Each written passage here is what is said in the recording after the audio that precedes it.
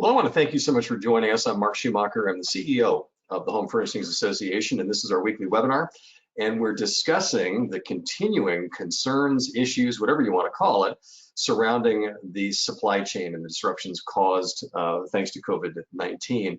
And this is a subject that at the Home Furnishings Association we are keeping on very closely because so many of our members, if not all of them, continue to ask a lot of questions about it. And we're here to give you some answers today. Really what I want to do is to help you navigate.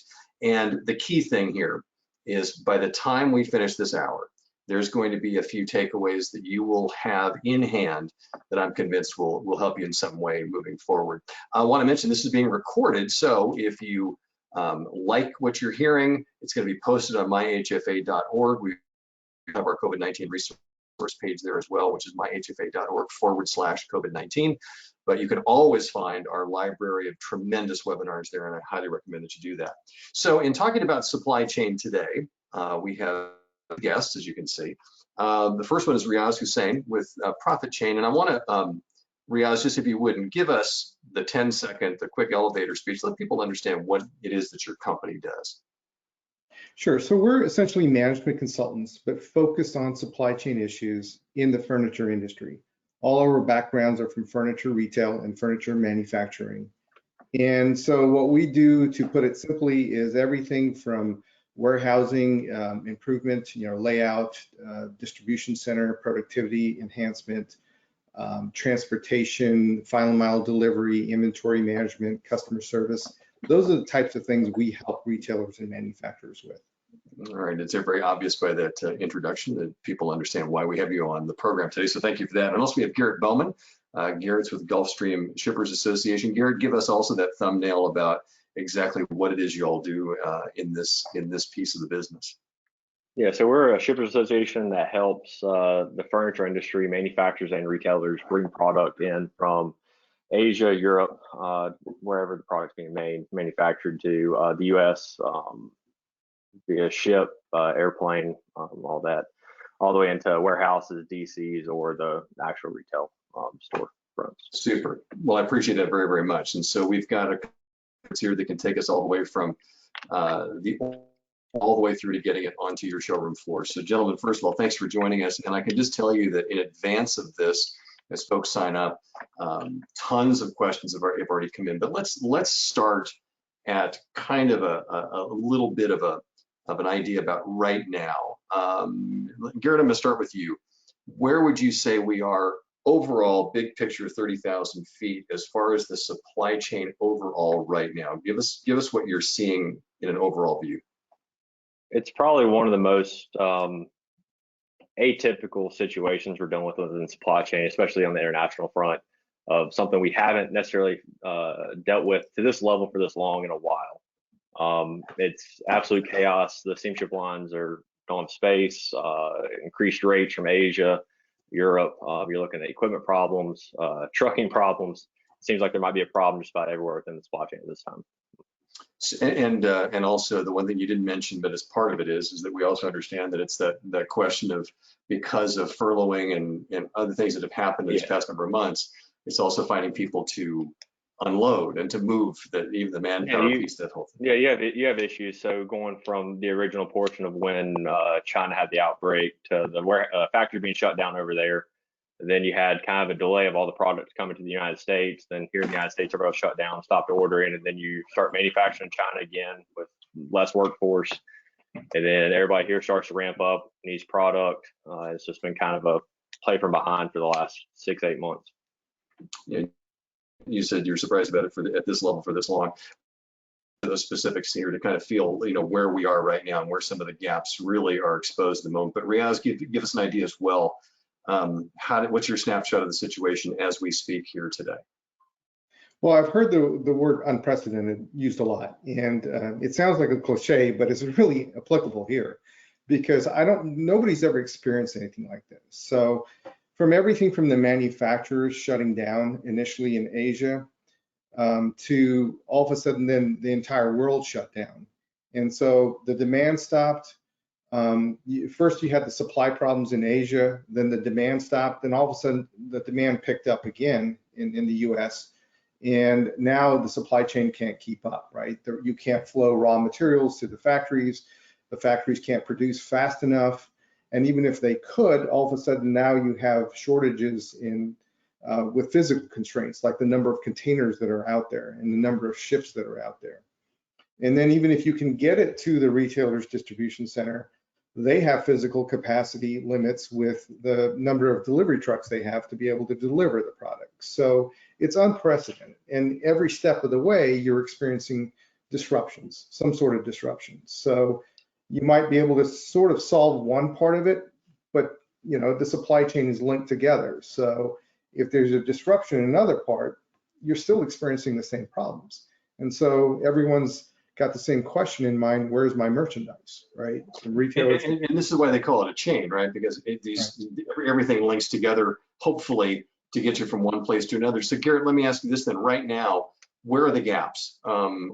Is production still going well offshore at the moment? Let's just start there from what you're hearing. I mean, is there tons of product getting to containers on their way over here, or is that still not quite up to speed yet?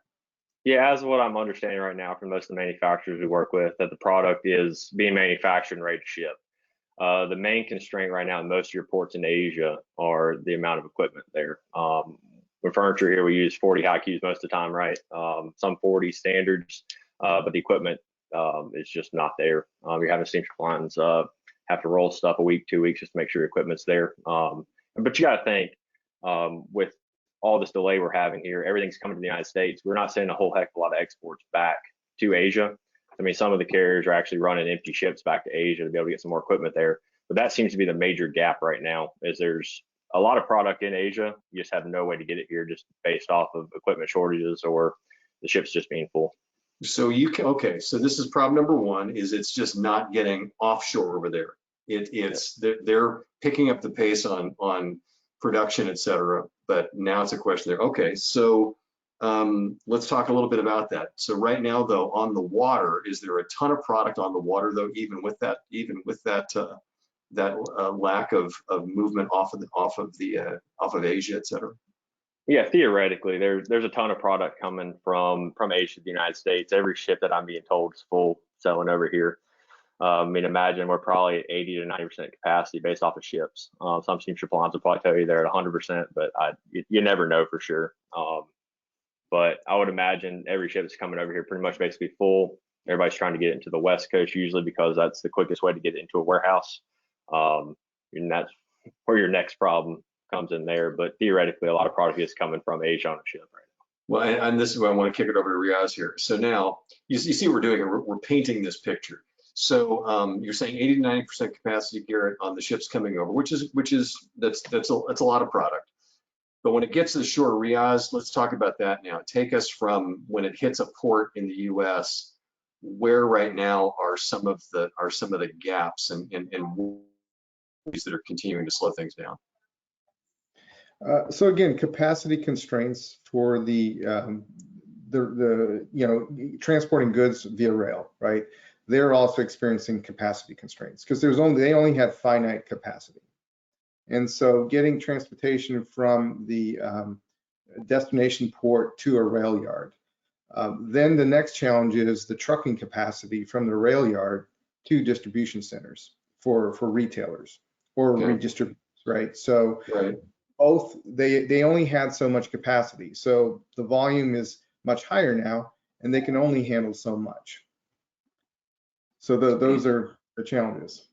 Okay, so the interesting thing that what I'm hearing you both say is that it's not at the moment so much that it's just completely shortage of product. It's really about getting this product offshore, and then once it gets here, distributing it out. I mean, I'm not suggesting that there's enough there to, but the point of the matter is, it sounds like you're saying there's a lot of product flowing. It's just there's a couple stop points. Garrett, is that fair? Yeah, I would say that's completely fair, especially if you're coming to the West Coast. And if you are using a rail like Riaz is talking about, let's say going into Memphis, it's coming in through Long Beach, California. I have one retail customer in Tennessee right now that has had a container stuck in LA for about 2.5 weeks waiting to get out to be able to get on a rail. It's not uncommon. We're seeing that now. I've had another one, another small manufacturer that's working with Best Buy right now that actually has 5 containers get stuck in a port in LA trying to get it out to a warehouse for the last week and a half, and it's just in a closed off area and unable to get to it because there's no chassis. So there's there's complexities that come along with this everywhere. Well, and one of the things I want to point out too is that for both of you, this may sound, kind of like the ABCs of this whole thing, but I think for the retailers that are, tuning in right now, it's sometimes very good to understand the whole continuum of the process to see right now where those gaps are, because it's interesting. I'm just going to take this a step further than you guys are talking about, and Riaz, I want you to react to this. So if by some miraculous reason they were able to suddenly get so much equipment over in Asia that all this product hits the water, you're saying that even if all of that hit our shores, we're still going to have these delays here. Is that fair to say that even if there was 20% more product, it's not going to necessarily get out that much faster? Is that fair? Yes, I think that's fair, because again, you've got shortages of equipment on the US side, but I don't want to discount the issues that the manufacturers are having. So okay. They may be producing at capacity, right? They're back to their previous capacity levels, but that's not enough because the demand has gone up so much. So I've talked to a couple of retailers, very large retailers, that said they were operating at 60% of their normal inventory capacity, and they don't anticipate getting back to normal inventory levels for at least 12 to 18 months. And so there's two things going on with the factories, right? They have capacity constraints, and because so many retailers canceled open POs when the pandemic first hit, that now those factories are a little nervous about producing that much product. They don't want to go through that again. So they're a little bit nervous and skeptical because they don't know what's going to happen in the US and Europe. They don't know if we'll go through another shutdown. So you've got different things going on. There's different layers of complexity there. And Garrett, it sounds to me like this is not a segment of our industry that can easily, and I'm not going to suggest they've not been able to, but that they can, I'm just saying the word easily, can't easily flex up when needed because you've got finite amounts of equipment, as you said. Is that fair to say? I think that's correct. So the way, if we look at steamship lines and how the industry typically works, is the steamship lines will pull ships in and out of rotation based off the volume and demand and that type of thing. Right now we're in peak season theoretically for all the holiday stuff coming in, whether that be furniture for Black Friday or just your normal holiday product. So they usually add more ships this time of year based off of everything that's happened when all the demand was so low going into most of this year. And pushing that back, it's all just adding up and adding up and adding up where it's too much for the overall system right now. But yeah, I mean, even on the trucking side now, it appears that once something hits here in the United States, equipment one is an issue, and then cost is starting to become an issue too, where somebody's offering to pay $500 more for a trucking load, and people are going to start picking and choosing who they want to work with. That's another. Well, I was not going to jump into this, but I'm going to jump this question right now and ask this because this is something that's come up from that are listening. So I know that neither of you have control over this, but can you give me your sense, Riaz, I'll start with you, as to what all of this could do potentially to prices, how a lot of this may be handed down further. I mean, I know it's going to be up to each manufacturer and each retailer, but still, what's your gut from what you're hearing as far as, are the costs so much more already just to move product as far as this part of the puzzle is concerned? Right. So in terms of the containers, is that what you mean, the transportation costs? Sure. And I mean, anything on the transportation side, because when I'm hearing you guys talk about shortage of equipment and things of that sort, I know to move more to try to meet this demand means there's going to be higher costs, right? Oh, absolutely. And it's just what Garrett was mentioning. They've added COVID surcharges on the containers.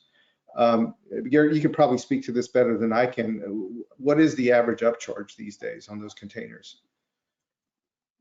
So if we're looking at the spot market right now on West Coast versus average contract rate that a large manufacturer, our association, MBO, and them would do, it's probably about $2,500 to $2,800 more expensive just to get the product to the West Coast. That's just ocean freight. East Coast is probably somewhere around $2,000 higher, maybe just a hair over $2,000 higher, based off of what spot market's going to be here shortly, for the change every 2 weeks. I mean, you're looking at any time a steamship line came out with wanting to increase, it was $500 here, $500 there. So, I mean, it adds up pretty quickly. Yeah. Do you have an idea what percentage that is? Just I kind of, in most people I talk percentages. So how much is that? So it's over 100.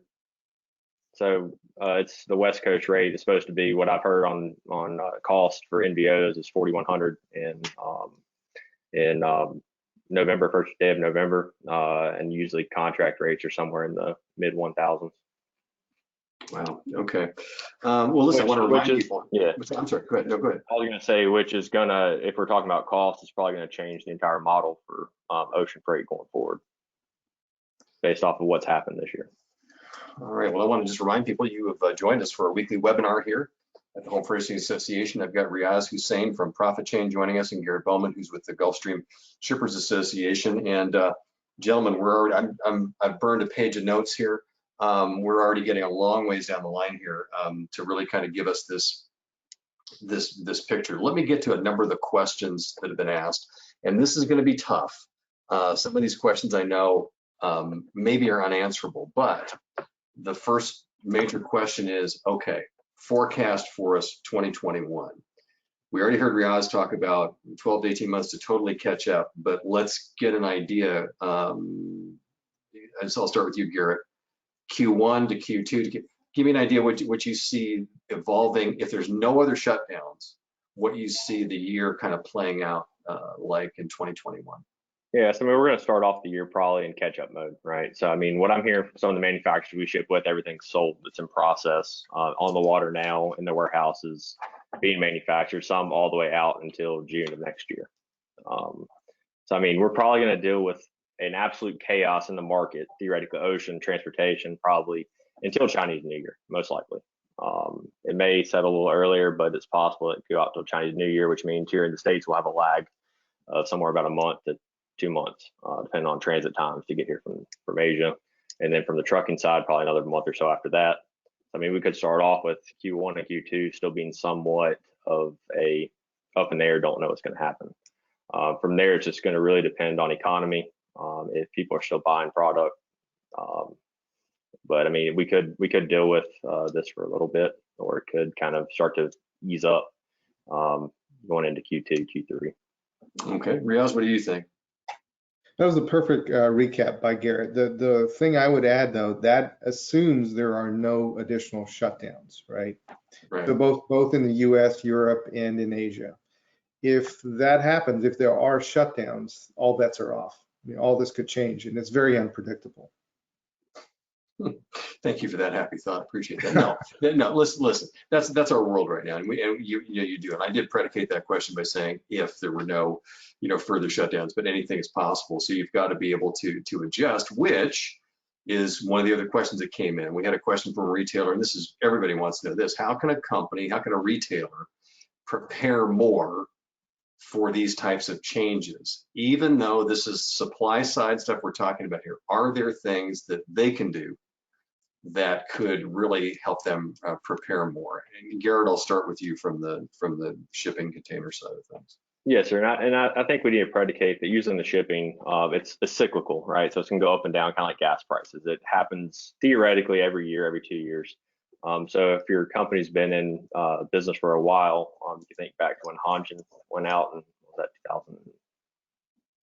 2010, 12, somewhere in that part, where it kind of added constraint, a bunch of ships going out of the market, or even back to when the tariffs came into effect from China. Try to think of how your company reacted during that time, and try not to forget how you reacted, or how you kind of dealt with chaos. It's always difficult to try to not be so short-minded, especially when you're dealing with a customer face every single day, trying to keep everybody happy.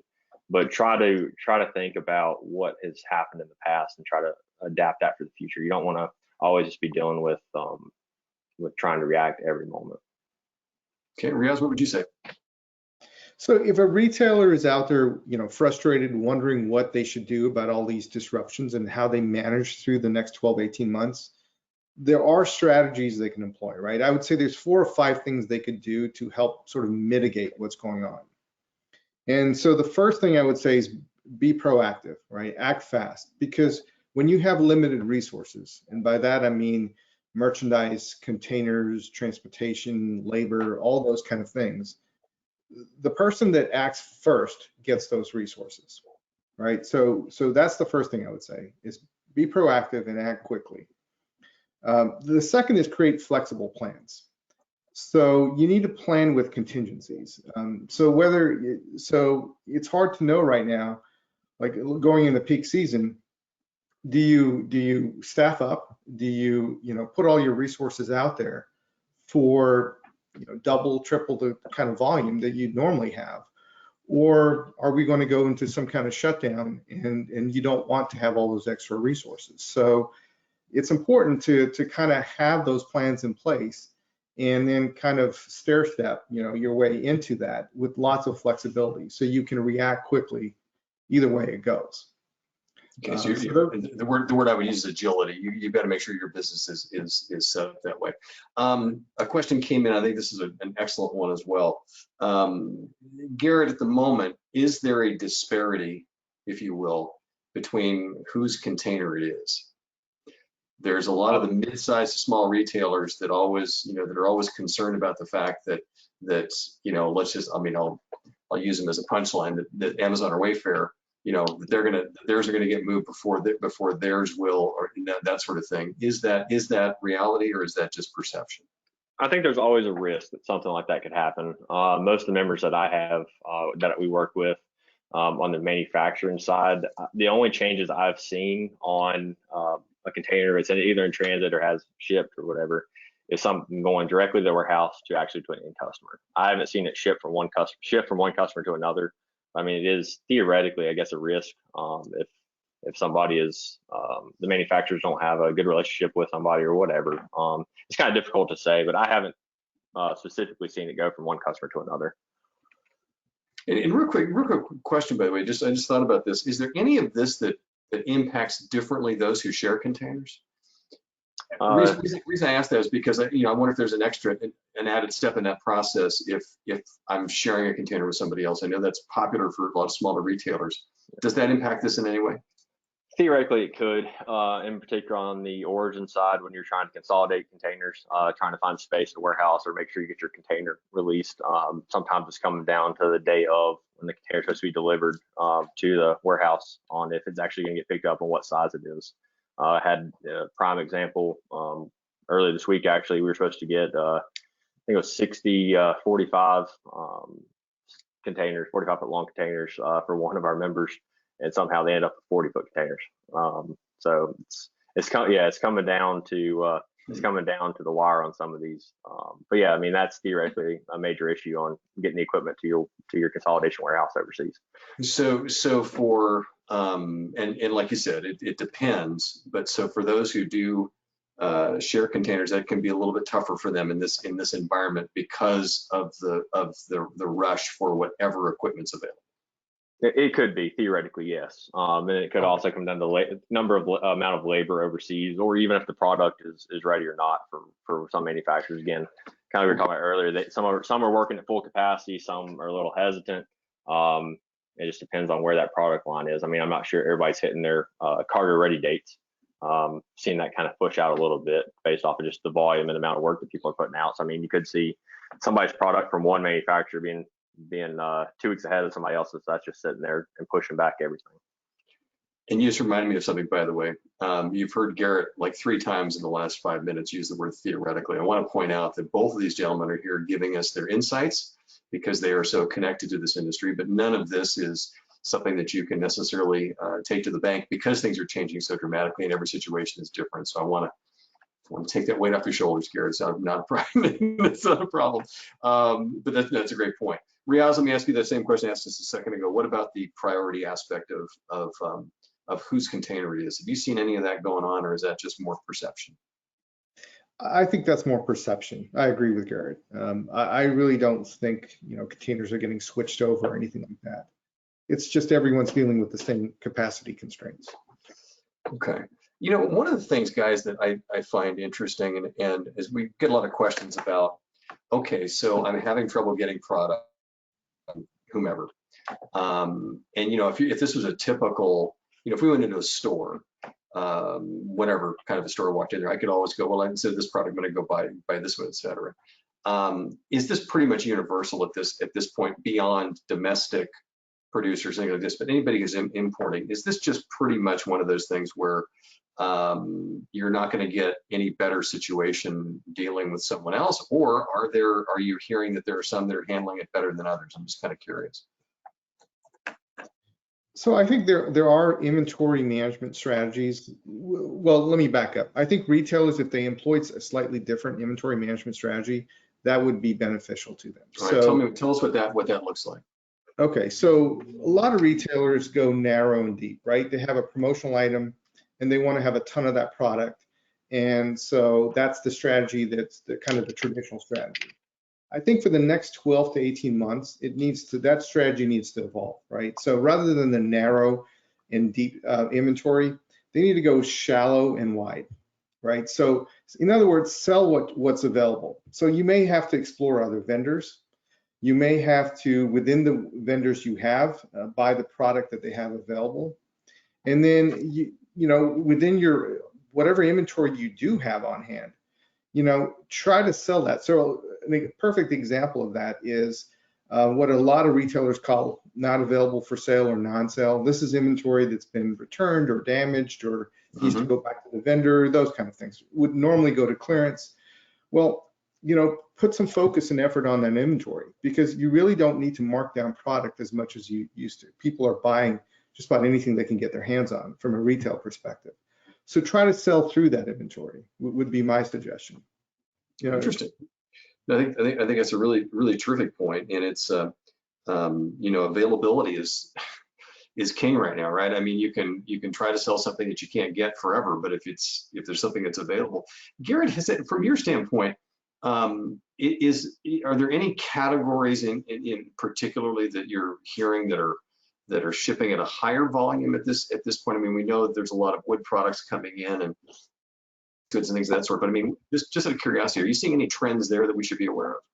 I haven't seen any major trends of anybody shipping more of one type of furniture other than another. It seems like everybody's just trying to get it out of Asia. So depending on the origin, I mean, you have a lot of stuff comes out of Vietnam, 15 or 20 different ports in China, Indonesia, the Philippines. You may see a little bit more of one type of product coming into the States, just based off the origin it's being manufactured at, because maybe you just have a better luck of getting on the ship out of Ningbo versus Shanghai. You may have better luck getting out of, let's say, Indonesia versus Vietnam. Vietnam's seems like a parking lot right now. So you may start to see a little bit less case goods just because of Vietnam's chaos. But then again, after the tariff moved from China, you saw a lot of upholstery go to Vietnam as well. So I mean, you have some impacts there.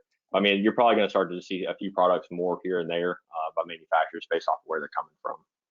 Okay, and so you're saying at the moment Vietnam's a little bit of a hot spot when it comes to backlog. Any other countries that are having an equal issue, or others that are doing better than others? What's your sense? Yeah, it seems like pretty much what you hear from people, it bounces from port to port, depending on the amount of equipment everywhere, because it's just depending on how many containers are going in and going out. But I mean, you may go 1 week of Ningbo being perfectly fine to have equipment, and then next week is Shanghai having problems. So I mean, it just seems to roll around. As soon as you fix one problem, it seems that they just pop up somewhere else. And you may go 2 weeks of Vietnam being perfectly fine coming out of Ho Chi Minh, and then there you go for a week of nothing moving. And you're even saying within a country, there's multiple ports, and so you can have a different story from one to the other. Yeah, I mean, in Ho Chi Minh in particular, in that part of Vietnam, I think there's actually 9 ports. So I mean, you could even have a bunch of different ports in the same theoretical city. Wow. Want to remind everybody we're at the halfway point here. This has been terrific so far. A lot of takeaways. We'll review those at the end of the webinar. But we want to thank you for joining us for our webinar related to all the issues surrounding supply chain, something that we're visiting a lot at HFA because it's a continual situation and always changing. Riaz Husein joining us from Profit Chain, and also we've got Garrett Bowman from Gulfstream Shippers Association. So let me get back to a couple of other questions here. So it says here, and this is a tough one, but we talked a little bit about this. There's a lot of retailers that are concerned about how much inventory they should buy in advance of this. In Riaz, you talked a little bit about that with the whole deep and shallow kind of a situation. Is this, and I hope you understand where I'm going with this, is this almost like telling somebody not to try to play the stock market? There's people that try to predict, and it can change on a daily basis. Is this, while you both have said they need to be agile, do the retailers need to have, however, that plan and stick to it? Is that the consistent piece of this they need? Riaz, what are your thoughts about that? Because I think there's always that question. Well, should we speculate a little bit and try to be a little more fluid? I'm just curious your thoughts. So I'm not sure what you mean by on the inventory. You mean like hedge their bets on where they're going to buy inventory? Is that what you're? And where they're buying it, how much? Is this a time to have discipline, just like you talked about somewhat of the product lines you're talking about and what they should do? Is this a time for them to have buying and inventory discipline when it comes to what's available out there, rather than being speculative when there are supply chain issues all over the board? Yeah, I would agree with that. So the key, like you said, is agility or flexibility, right? Just recognize the reality of what's going on right now, and be flexible in what you're buying. So, like that shallow and wide type of strategy, that's one strategy, right? Explore other vendors. I would be advocating those kind of strategies to be successful for the next 12 to 18 months. And let's see here. Are there any? Let me ask you this: are there? And Garrett, I'll throw this one over to you. There's so much right now that retailers are having an issue with providing expectations to their customers on these the deliveries, et cetera, and they're having to go back almost constantly and change the target date. Is this something, unfortunately, that you see continuing throughout this whole process, based upon sort of the up and down nature of what you're seeing on the supply chain? Yeah, and what I'd preface it with is we call it ETAs for a reason, right? It's estimated time of arrival. It can be pretty difficult to get a hard stop in shipping right now. It depends. It has so many factors that's depending on everything. So getting it out of China, one, transit time seems to be a little bit longer coming out of Asia right now to the U.S. You may have congestion at the ports and the container gets stuck for a little bit there. You may have a little bit harder time getting it out of port based on the chassis. It's all about trying to be as fluid in that portion and trying to get a good ballpark to cover yourself on the amount of time it's going to take to get that product. I'd give yourself at least a little extra time if you're trying to tell anybody when it's actually being delivered. But I mean, there's so many factors. Like I said, the supply chain is very complex for anybody, even in the industry, let alone anybody that doesn't necessarily work it directly, to understand. But yeah, I mean, there's so many variables that there could be some extra complexity. But I imagine this same problem probably being compounded. What Long Beach and LA saying right now, the terminals there, that we haven't even seen the actual congestion yet, which blows my mind because it seems to be very congested right now. But they're expecting November to be even more congested in LA. Wow, appreciate that. And Riaz, let me ask you a question. When you talked about the philosophy for the retailer, you mentioned there's a number of different things for them to be thinking about. You talked initially about this whole concept of narrow and deep, et cetera. Are there other keys for them as far as the retailer goes, as far as approaching this problem right now? Absolutely. And one ties back to the previous question, which is managing that communication and setting those expectations with the customer. So I work with a lot of retailers that were used to those predictable ETAs on the container arrivals. And so they would go ahead and schedule a delivery at the point of sale because it was relatively predictable. Now it's not, right? And there's constant delays. And so some retailers have chosen to kind of stick with that format, but what ends up happening is you have a delay, you call the customer, they're disappointed, you have to call the customer again, they're disappointed again, And now you end up giving discounts or they end up canceling, those kind of things. Other retailers have kind of flipped it around and they've said, look, we don't know when it's going to arrive. It's probably going to be 60 to 90 days, plan on 90 days. And then they call them, within 60 days and pleasantly surprise them, for example. That method tends to work better, right? Because you're managing expectations. It happened to me. We purchased a refrigerator from Costco, and they said it's going to be 4 weeks out. Now, it was disappointing, right? But we accepted it because that was the target date. They called us within 2 weeks and delivered it. We were pleasantly surprised. That was a good experience. I would have preferred that versus them saying they would deliver in 1 week and then extending it out to the second week. So that's, I think, an important strategy is managing that customer experience. Awesome, appreciate that. Garrett, I want to ask you a question as well, because what Riaz just talked about has a lot to do with the relationships between the retailers and customers. Let's talk for a second about the relationship between these retailers and the manufacturers and this whole shipping process. Do you have suggestions for them? I mean, it doesn't mean that, having a nice phone call means that things are going to speed up, but are there things that you've seen work better for some retailers versus others when it comes to together collectively managing this issue?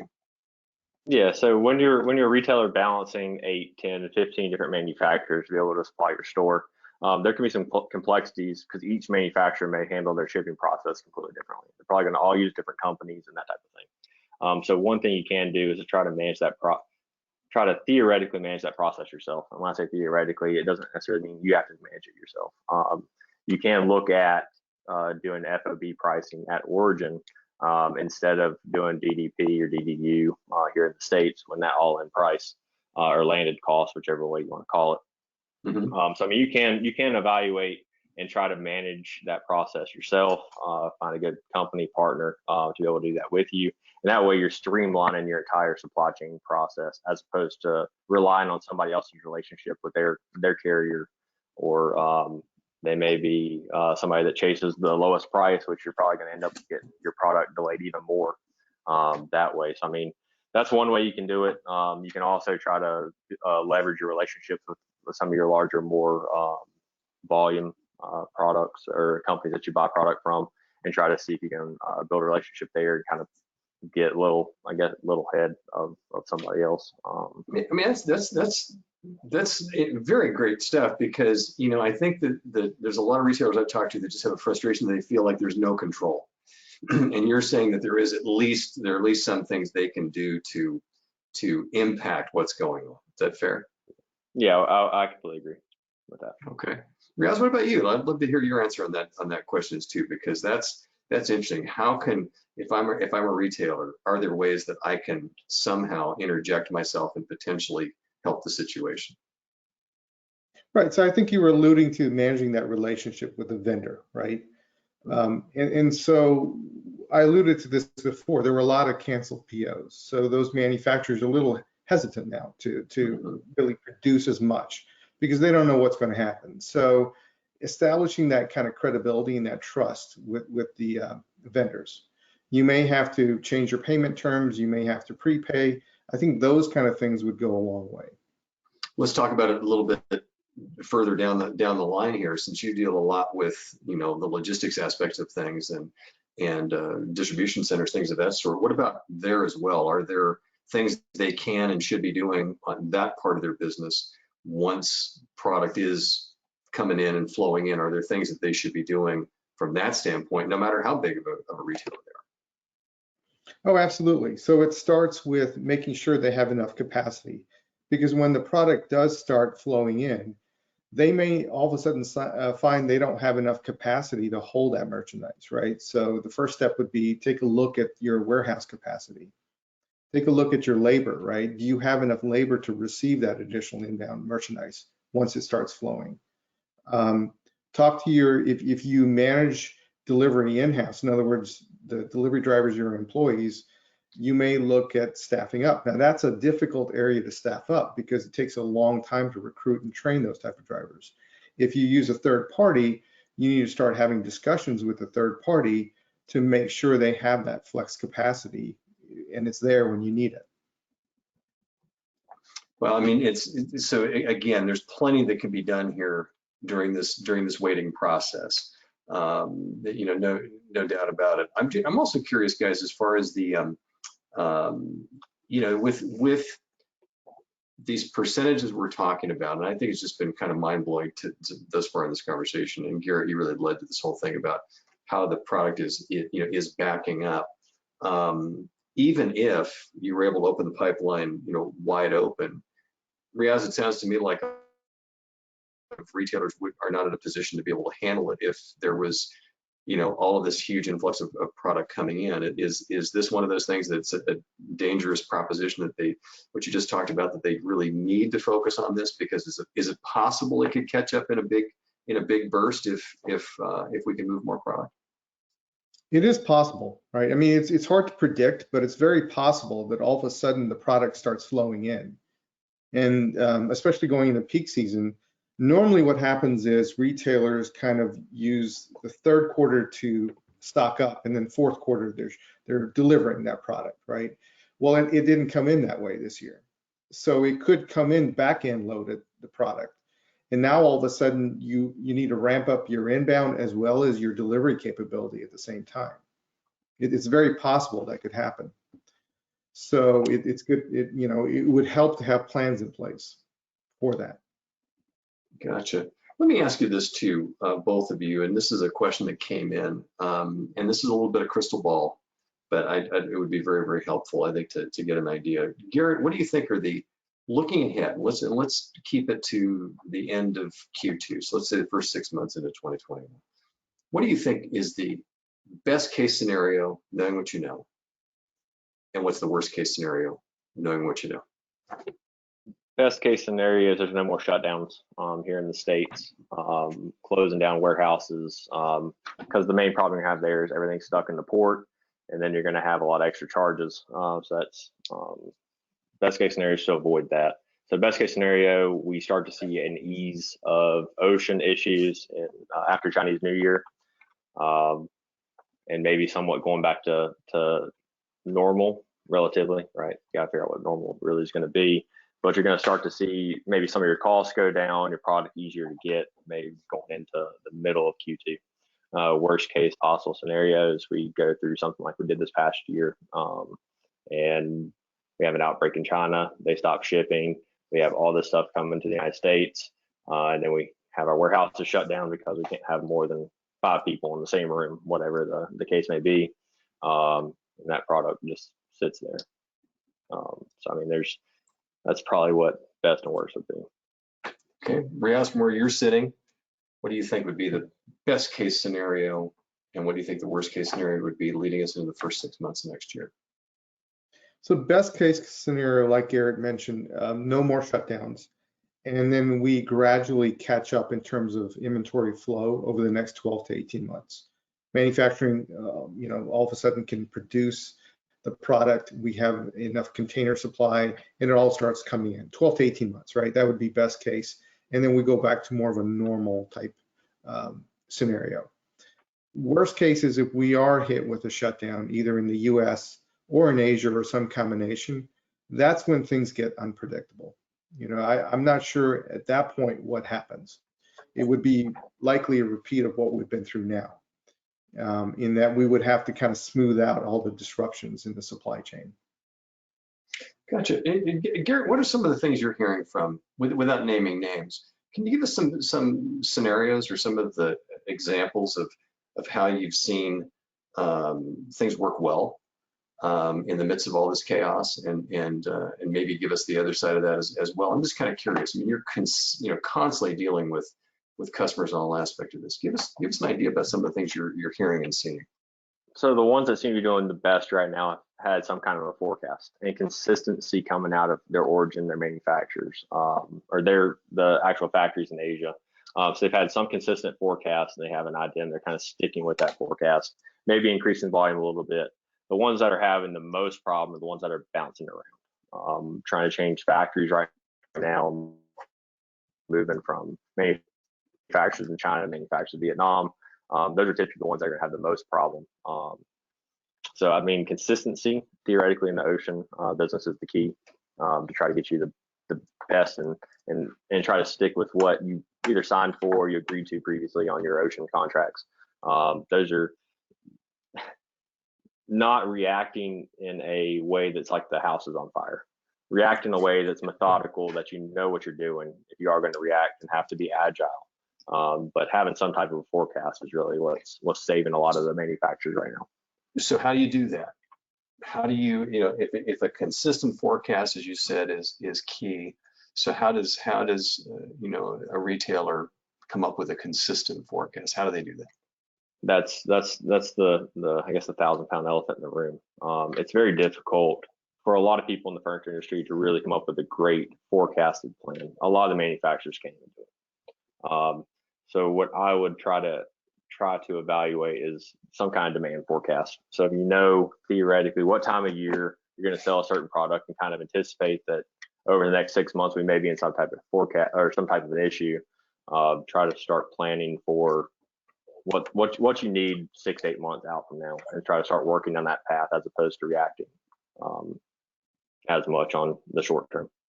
Wow, and this is really something, because Riaz, you're I want you to pick up on that as well. I mean, it sounds like there's an awful lot that retailers can do, and this is everything from like you said, inventory, et cetera. But react a little bit to what Garrett just said, because that forecasting piece seems like that's gold. That's where you can at least have something to stand on.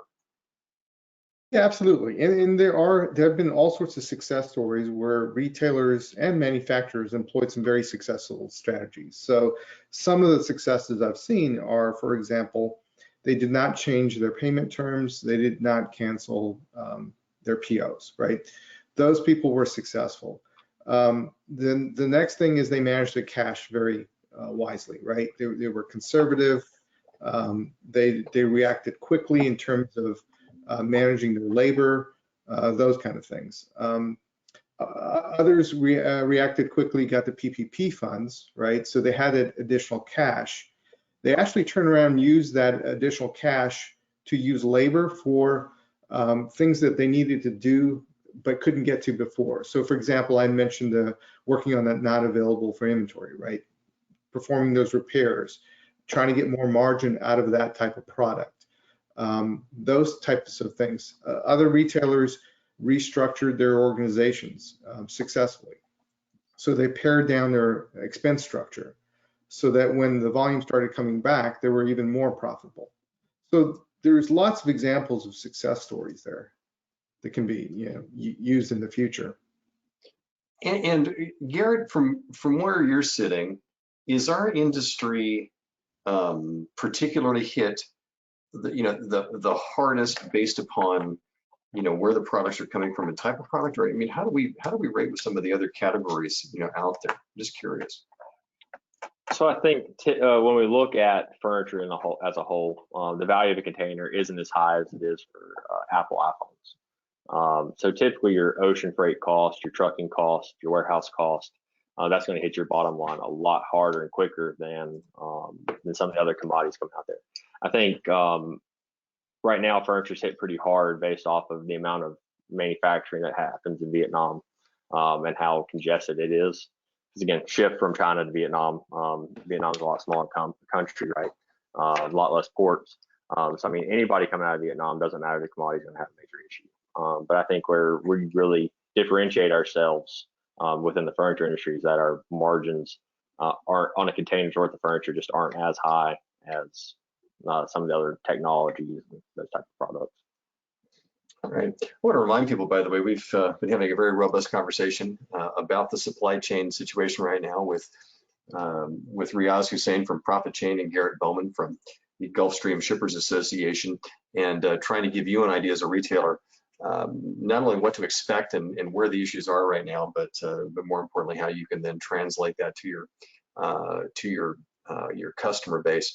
I'd like, if we could right now, just guys, so I want to make sure that we don't miss anything as we're getting in the last segment here of this broadcast, but let's look at, if we could, the key takeaways of what I've heard and what we've heard you guys say today, so we can kind of have these. I want to make sure that we're not missing anything.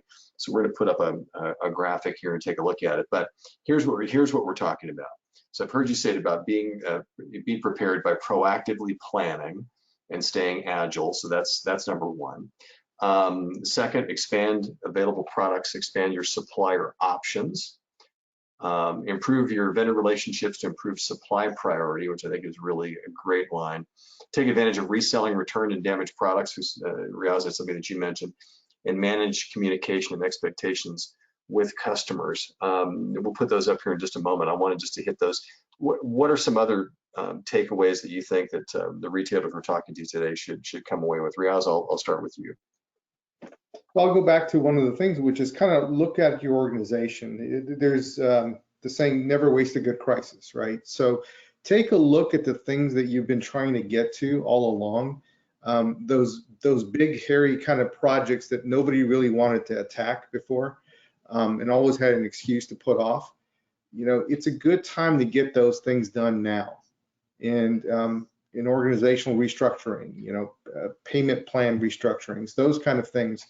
Get those things done and out of the way. It puts you in a very strong position coming out of this to be more profitable than you were before. So there's still time to make these changes. I mean, we've been at this now a long time. It just isn't it incredible, guys, that we're already moving our way toward the end of October and we started this whole crisis back in March. It's hard to believe. Garrett, what about you? What are some other takeaways that that we've did not have on that list, but what are some key things that you think folks should leave this webinar with today? I think there's two main key takeaways from my perspective. Is one is try to think more long term going forward. Like we said, we normally think short term and trying to just react all the time. Doesn't matter, be up, down, we always try to react. So try to take the lessons learned during this experience, this chaos, this terrible market we're theoretically in, and try to use that in the future. That way, if something like this does happen again, you at least have something to bounce back on. And then two is try to take control of your supply chain in some regard. If you do have issues with a particular vendor or supplier that you're having problems getting stuff out of the warehouse, they can't get you on a ship, just know that you have options to manage that yourself.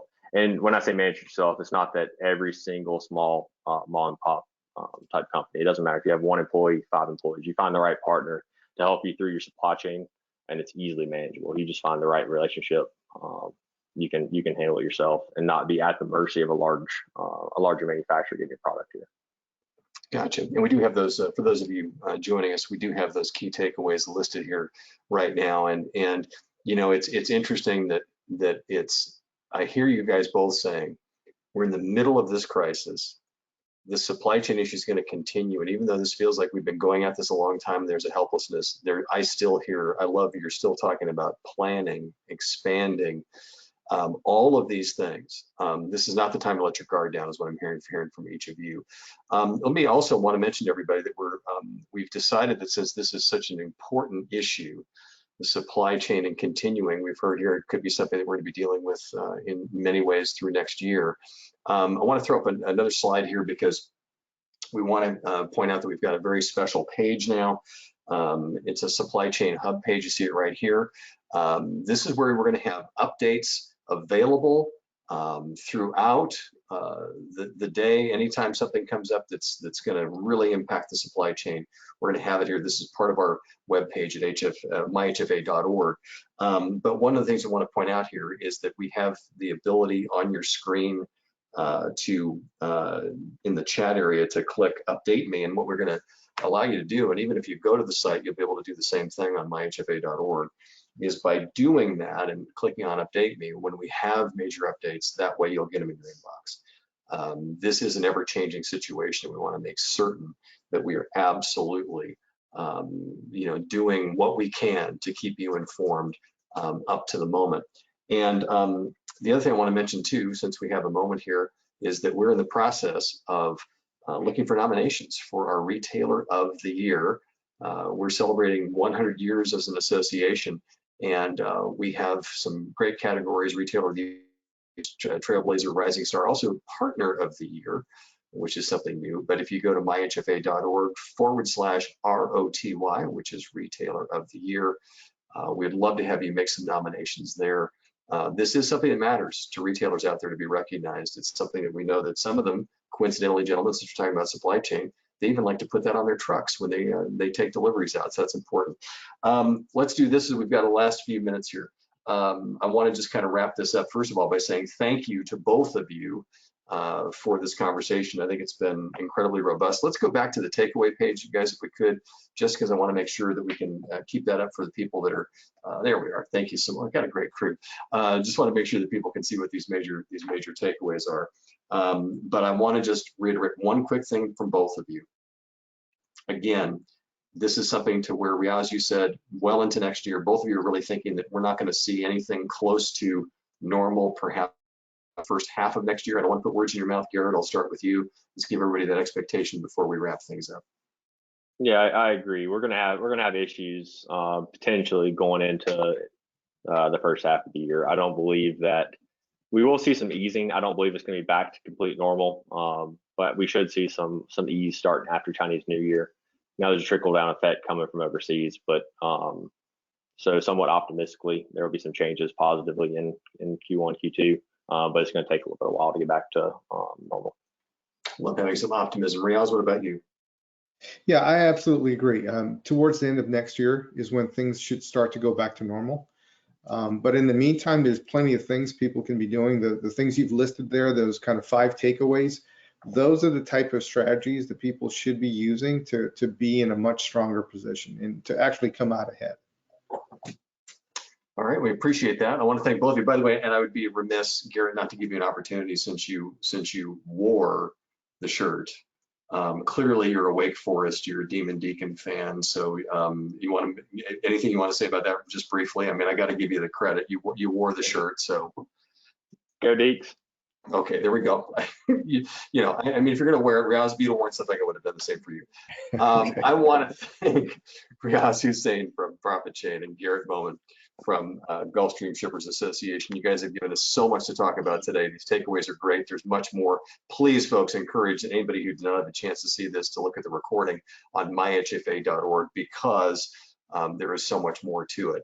I'm Mark Schumacher, CEO of the Home Furnishings Association. As always, we wish you great health, great business, and we look forward to seeing you next time. Take care.